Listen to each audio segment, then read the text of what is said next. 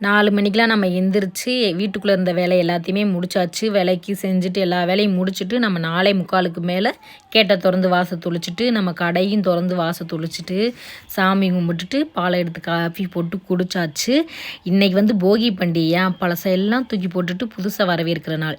நானும் எங்கள் வீட்டில் இருந்த பழசையெல்லாம் தூக்கி எங்கள் கடை முன்னாடியேவும் போட்டு தீய வச்சுட்டு நம்ம வந்து நடந்ததை நினச்சி கவலைப்படுறதோ, அடுத்து என்ன நடக்க போகுது அப்படின்ட்டு பயப்படுவதோ, நமக்கு மட்டும்தான் அப்படின்ட்டு நம்ம யோசிக்கிறதோ, அடுத்து என்ன நடக்க போகுது அப்படின்றதோ ஏமாந்த விஷயம், அப்புறம் எப்படியாவது கிடச்சிடாதா அப்படின்ற ஒரு பொருள், மன்னிக்க முடியாத கோபம், மறக்க முடியாத துரோகம், அளவே இல்லாத சந்தோஷம், நம்மதான் ஆள போகிறோம் அப்படின்ற ஒரு நம்பிக்கை, ஒருத்தர் தப்புண்டா எல்லாருமே தப்பு தான் அப்படின்ற மாதிரியா ஒரு டாட்டு, தப்புண்டும் தெரிஞ்சும் புரியாத மாதிரியா இருக்கிறது செல்ஃப் கான்ஃபிடென்ஸு, திமிரு எல்லாத்தையுமே இந்த போகி பண்டிகையில் நானும் இந்த போகி பண்டிகையில் தேவையில்லாத எரிக்கிற மாதிரியா எல்லாத்தையுமே எரிச்சிட்டு நம்ம இந்த 2026ல் நம்மளுக்காவண்டியாகவும் நம்ம ஹஸ்பண்ட் பிள்ளைகளுக்காவண்டியாக இருக்கணும் அப்படின்ட்டு நான் இந்த தை திருநாளில் இருக்கலாம் அப்படின்னு நான் நினைக்கிறேன்.